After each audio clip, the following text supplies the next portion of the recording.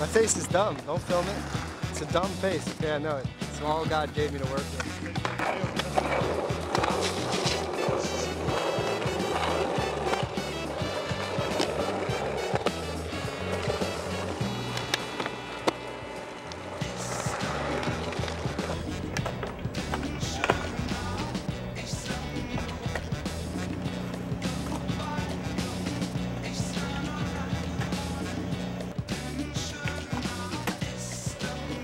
I know my face is dumb, please. You don't have to rub it in.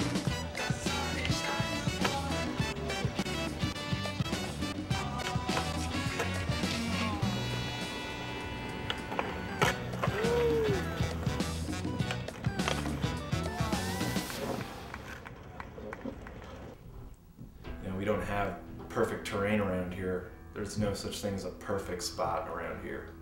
You're dealing with security guards, you're dealing with cracks, you're dealing with bumps, you're dealing with bad landings, no landing, chunky ledges, ledges that go in the middle of the road. You know, we don't have everything perfect here, but we deal with it and we love it. Spots are awesome, they're so good. You have to be creative and skate them. I mean, there's spots you can be like, you know, well, you can go to like Lennox ledges and just sit there and skate ledge spot all day, which I'll do sometimes because I'm lazy. But like creativity, it's like, it's everywhere here, man. Spots are so good, creative-wise.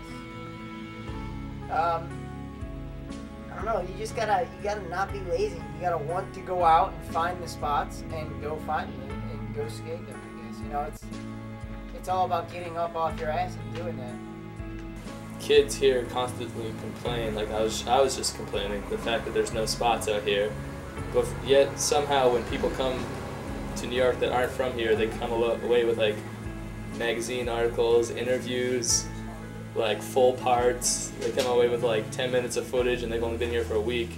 And it's just these kids here are just lazy and they kind of act like they're not, most of them at least, will just like, they just sit on their ass and try to be like, the excuse for them not landing a trick is the fact that there's not like smooth Cali benches outside. But most of them couldn't even land their tricks if it was a smooth Cali bench. So kids should just start skating and I guess kind of stop talking as much. I'm guilty of it too, but it's the truth. What I like about the spots in New York is basically the terrain here, for the most part, is rugged. Where you could find a spot in California that's the same sort of setup. Maybe it's a 10 stairs, but everything about it's perfect. You go to it here, and there's always going to be something wrong with it. So when you see video of somebody doing a trick on something or wherever, or whatever they're doing, if it's in New York, you know it wasn't easy. Like, there had to be something wrong with it. But at the same time, you might get lucky and go to Midtown and get away with skating perfect marble for 2 hours one night. So you never really know what to expect or what you're going to find. I guess that's probably one of the perks in New York, is the fact that you can skate from downtown to uptown really fast and in between traffic, and it's good and you're warmed up by the time you get to a spot, as opposed to sitting in traffic. You could just ride around from spot to spot, just cruising the streets and just working lines. It's just fun. The first couple months when I moved to New York skating from spot to spot, I wasn't ready for it. I didn't realize how much people actually pushed, like, alright, we're gonna go skate up to Midtown. Okay, cool. Well, Midtown's 3 miles from here. Well, fuck, like, that's a long way to skate before a session. But after a year, you get used to it and it becomes normal, and then new people come to visit and you take them skating 3 miles to a spot and they're like, what the fuck? And everybody else there is used to it, so it's pretty fun. It was a new thing, especially coming from like Florida or California, where you drive to spot. It's a big difference. And then winter's a real big challenge because it's so cold out. And once it snows, the snow stays on the ground for who knows how long. The Autumn Bowl is fucking freezing cold. I skate there sometimes, and it's even colder than it is outside. It's colder inside than it is outside. This winter I tried out the bowl a couple times, the Autumn Bowl. Not too good at it, but just trying to learn, and I don't know, I guess they just built that really sweet indoor TF that fucking rocks. And I mean, it's more, you have to really know what you're doing, skating a bowl like 9 feet deep, straight fucking cement coping, you know, like, and it's pretty hard to get motivated when it's like 2 degrees inside. But as skating in the winter, it sucks. When it comes to the weather in New York, I'd have to say I kind of got tricked into moving here, because the first 2 years I was here, it was sweatshirt weather all winter, no snow, totally chill. But every year after that, it's pretty much been hell. And I think when it comes to dealing with 9 months out of a 12-month year that is either so cold you have to wear a couple jackets, or it's snowing, or it's cold rain, you learn to skate indoors, or you learn to do other things besides skate in that time. A lot of people try to make money, maybe get a membership to a gym, or leave, go to Barcelona, or go somewhere that's warm, because there's not much point in being in New York in the wintertime as a skateboarder, unless it's to make money for the summer.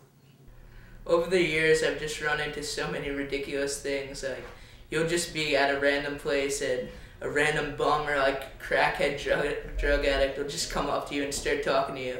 And like, you just pretty much bullshit them the first 5 minutes, but then you realize the person's not even that bad, and you kind of get a kick out of talking to them. Some dude comes in off the street and gives me $100 for no reason. Because they're crazy. We have so many crazy people. What's up? Right. Ow, ow, ow.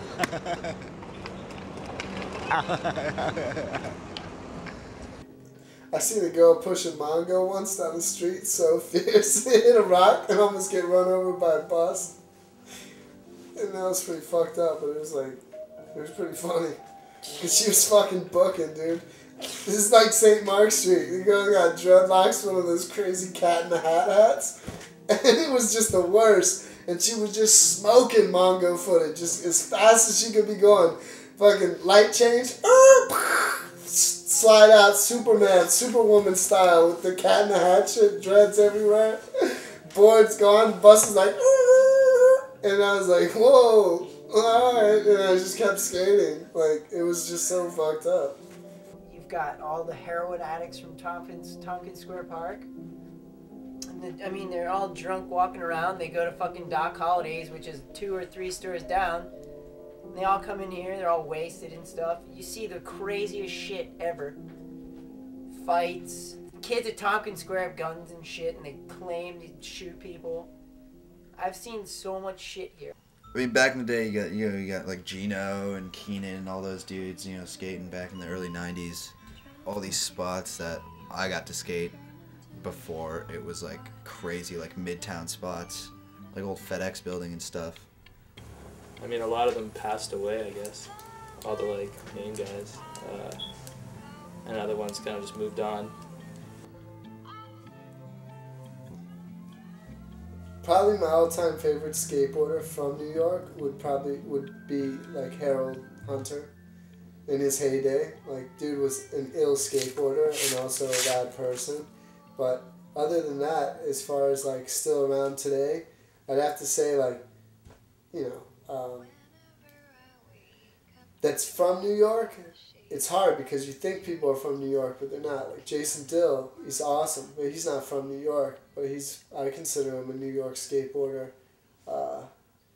Who else? Like, that's from here. Rodney Torres is always going to be a classic. And, you have people like Andre Page. I think he might be from New Jersey, but the dude's super sick, hands down. And there's just a gang of new kids coming up. Like, there's this group of kids, Taji and Leo and Yaje and this kid Babu. I don't even know if that's his real fucking name, but whatever. But they're all good. And they got steez. They do their own thing, So I think those are the kids to watch out for in the next couple of years. Skateboarding from the East Coast, like maybe 10 years ago, more than that even, it just looks so much more fun than like just stuff you see now coming out of LA and just anywhere else. It's just like fun. It's just people cruising around the street and like it just makes you want to go skateboarding more, and it's less repetitive than just seeing someone like huck themselves down a stair set or like down like a handrail or something. You just see actual skateboarding, and that's what you were watching. And if skateboarding was like that still, it'd be much better.